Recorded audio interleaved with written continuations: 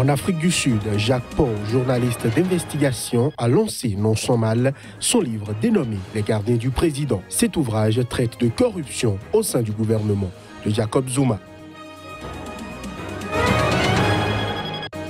L'étau se resserre sur le régime Nkurunziza au Burundi. Les juges de la Cour pénale internationale ont autorisé l'ouverture d'une enquête sur des crimes contre l'humanité présumés dans les troubles entre 2015 et 2017.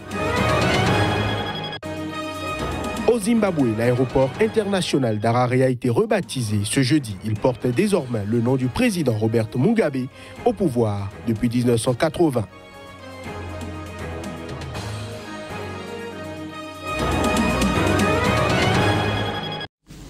Voilà pour le sommaire. Bonjour à toutes, bonjour à tous. En Afrique du Sud, les jours se suivent et se ressemblent pour le président Jacob Zuma. Jacques Paul, journaliste d'investigation sud-africain, a lancé son livre controversé dénommé « Les gardiens du président ». Cet ouvrage traite de corruption au sein du gouvernement de Jacob Zuma. Les images.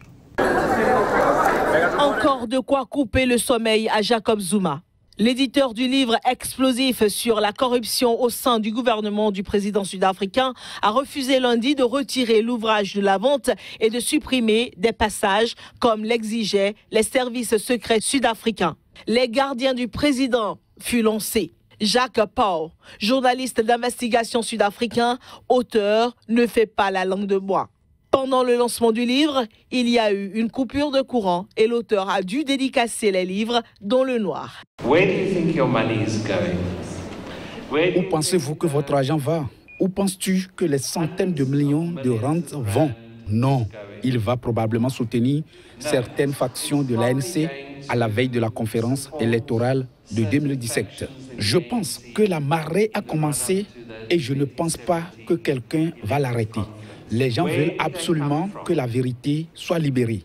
D'où viennent toutes ces enquêtes? Pourquoi il n'y a pas eu de percée dans toutes ces enquêtes?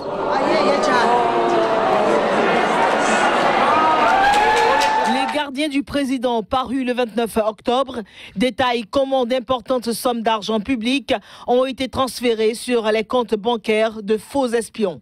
Le livre sous-titré « Ceux qui maintiennent Zuma au pouvoir et loin de la prison » révèle aussi comment le président se débarrasse de ses adversaires pour rester au pouvoir. Le Burundi, désormais dans le collimateur de la Cour pénale internationale, les juges de l'institution ont autorisé l'ouverture d'une enquête sur des crimes contre l'humanité présumés dans les troubles survenus entre 2015 et 2017 dans le pays. Plus de précisions à travers cet élément. Crimes commis au Burundi ou par des ressortissants burundais à l'extérieur de leur pays depuis le 26 avril 2015 et jusqu'au 26 octobre 2017.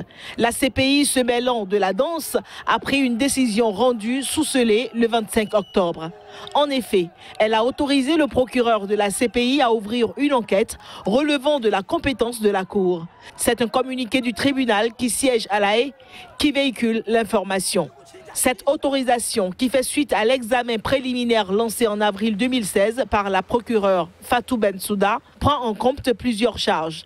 On note le meurtre et la tentative de meurtre, l'emprisonnement ou la privation grave de liberté, la torture, le viol, la disparition forcée et la persécution. Le gouvernement de Bujumbura a de son côté immédiatement dénoncé l'autorisation d'enquête annoncée jeudi par la Cour. Mais les juges ont souligné que le Burundi était tenu de coopérer avec la Cour dans le cadre de cette enquête, car celle-ci a été autorisée le 25 octobre 2017, avant la date à laquelle le retrait a pris effet. Le Burundi s'est retiré de la CPI avec effet au 27 octobre dernier, mais le tribunal international reste compétent pour la période précédant cette date où le pays reconnaissait la juridiction. Il faut bien rappeler que ce pays de la région des Grands Lacs est plongé dans une grave crise depuis que le président Pierre Nkurunziza a annoncé en 2015 sa candidature à un troisième mandat. Les violences qui ont accompagné cette crise ont engendré au moins 1200 morts, la détention illégale de milliers de personnes et la torture de milliers d'autres, des centaines de disparitions ainsi que le déplacement de plus de 400 000 personnes entre avril 2015 et mai 2017, d'après les estimations de la Cour pénale internationale. Les autorités camerounaises ont instauré un couvre-feu à Bamenda, la ville anglophone du nord-ouest du pays. Cette décision fait suite à une nouvelle escalade de violence après la mort de 2 gendarmes abattus mercredi dans la zone anglophone. On fait le point.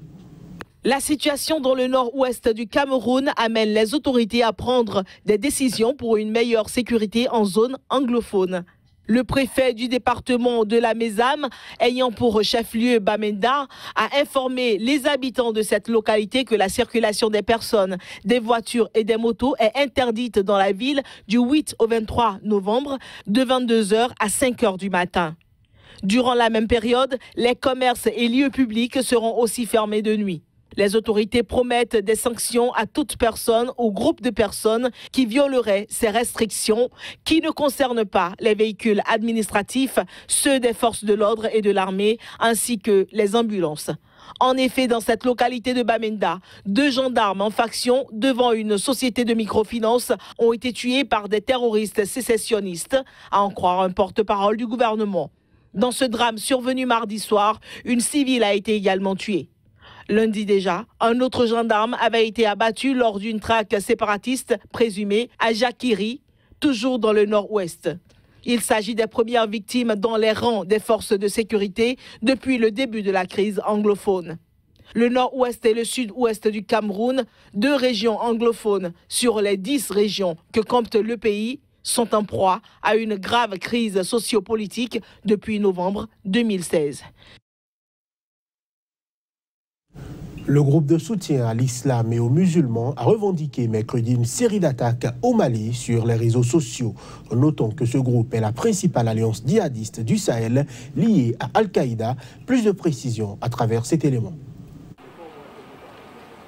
C'est sur les réseaux sociaux que le groupe de soutien à l'islam et aux musulmans revendiquait mercredi plusieurs attaques perpétrées sur le territoire malien. En tout, près de 60 attaques sont concernées. L'alliance djihadiste a aussi affirmé détenir l'ensemble des otages occidentaux. Lundi, 2 attaques ont eu lieu dans le nord et le centre du Mali, faisant 10 morts dont 9 civils. Ces attaques ont eu lieu au moment où le Premier ministre Abdoulaye Idrissa Maïga devait se rendre dans la zone. Mais il a dû reporter la visite après l'explosion d'une mine au passage d'un véhicule d'escorte.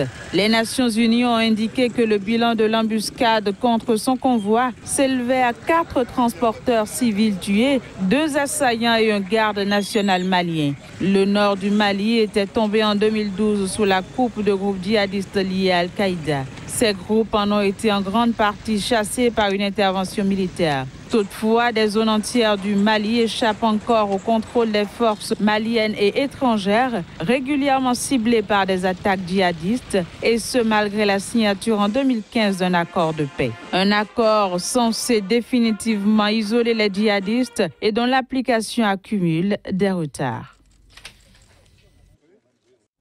En Égypte, le projet de loi criminalisant l'homosexualité est profondément discriminatoire et constitue un revers pour les droits de l'homme. C'est ce qu'a affirmé ce jeudi Amnesty International dans un communiqué. Les précisions. En Égypte, le droit ne pénalise pas actuellement l'homosexualité en tant que telle. Mais les tribunaux utilisent les incriminations de débauche ou de prostitution pour condamner les homosexuels. Pour remédier à cette situation, plusieurs députés égyptiens ont proposé en octobre dernier un texte prévoyant des peines de prison pour les personnes de même sexe ayant eu des relations sexuelles dans les lieux publics comme privés. Selon le projet de loi, les peines vont d'1 an d'emprisonnement à 3. Et les accusés risquent en cas de récidive jusqu'à 5 ans de prison. Mais selon Nadia Bounaïm, directrice des campagnes pour l'Afrique du Nord à Amnesty International, ce projet de loi profondément discriminatoire serait un énorme revers pour les droits de l'homme et un autre coup de grâce porté aux droits sexuels en Égypte. Ces dernières semaines, une vague de répression contre la communauté homosexuelle a été menée dans le pays. Ceci après le concert au Caire le 22 septembre dernier du groupe libanais Mashrou Leila, connu pour ses positions en faveur de la communauté LGBT. Qualifiant en septembre dernier l'homosexualité de maladie honteuse, le Conseil supérieur de régulation des médias, un organisme public, avait interdit aux organes de presse d'en faire la promotion. Au Zimbabwe, l'aéroport international d'Harare a été rebaptisé ce jeudi. Il porte désormais le nom du président zimbabwéen Robert Mugabe au pouvoir depuis 1980. Les images.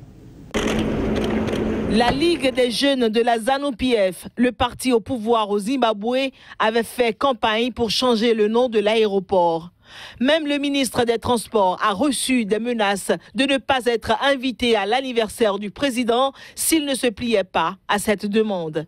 Une école d'administration, une rue de la capitale ou encore une route vers sa ville natale, Kutama, porte déjà le nom du plus vieux chef d'État en exercice dans le monde. Au nom du gouvernement du peuple zimbabwéen et en mon nom personnel, je vous remercie sincèrement pour l'honneur que vous me faites en renommant l'aéroport international d'Harare, aéroport international Robert Gabriel Mugabe. Les visiteurs et les touristes d'Europe, d'Asie, du Moyen-Orient et d'ailleurs atterriront directement dans le pays pour découvrir l'une des 7 merveilles du monde, la puissante Moswatunia, les chutes Victoria. Pour le principal parti d'opposition, le Mouvement pour le changement démocratique, rebaptiser l'aéroport d'Harare est une insulte pour les Zimbabwéens. Dans un communiqué publié jeudi, la formation de Morgan Tsvangirai a condamné toute tentative de personnification des institutions nationales. L'aéroport d'Harare, construit en 1957, est loin d'être le premier édifice à porter le nom du président, aujourd'hui âgé de 93 ans. Le jour anniversaire du président, le 21 février, a également été déclaré jour férié. La Colombie a enregistré plusieurs morts, des dizaines de blessés ou disparus. C'était dans un glissement de terrain à Corento. Des centaines de maisons ont été touchées. Les images. La Colombie a subi la colère d'une avalanche cette semaine. La catastrophe a fait 3 morts et des centaines de maisons touchées dans la ville du sud-ouest de Corento. La machinerie lourde et les bras de dizaines de volontaires ont enlevé mercredi la boue qui couvrait les rues. Quand c'est arrivé, une voisine est venue disant « Regarde, voisin, une coulée de boue » et le bruit était fort, très fort. La montagne de boue descendait à toute vitesse et tout le monde est sorti en courant. Nous sommes sortis d'ici très vite. Tout le monde est parti au trot. Hier, c'est vers 5 heures de l'après-midi, il a commencé. C'était comme s'il allait pleuvoir. On aurait dit qu'il pleuvait, mais ça venait de là-haut, de la montagne. Don Hernan a réussi à sauver sa famille et 2 personnes âgées qui vivaient dans le même quartier avant le déluge de la rivière Paila, qui traînait la boue, les pierres, les arbres et les débris. Jusqu'à mercredi, les autorités signalaient 3 morts et 32 blessés. Bien qu'elles aient déjà enregistré 18 disparus, elles rassemblent encore des informations pour déterminer un chiffre définitif. Au milieu du travail de nettoyage et de recherche des disparus, à travers les rues de cette commune de quelques 30 000 habitants, il y avait une rumeur d'une nouvelle avalanche. Voilà qui met un terme à cette édition. Merci de nous avoir suivis.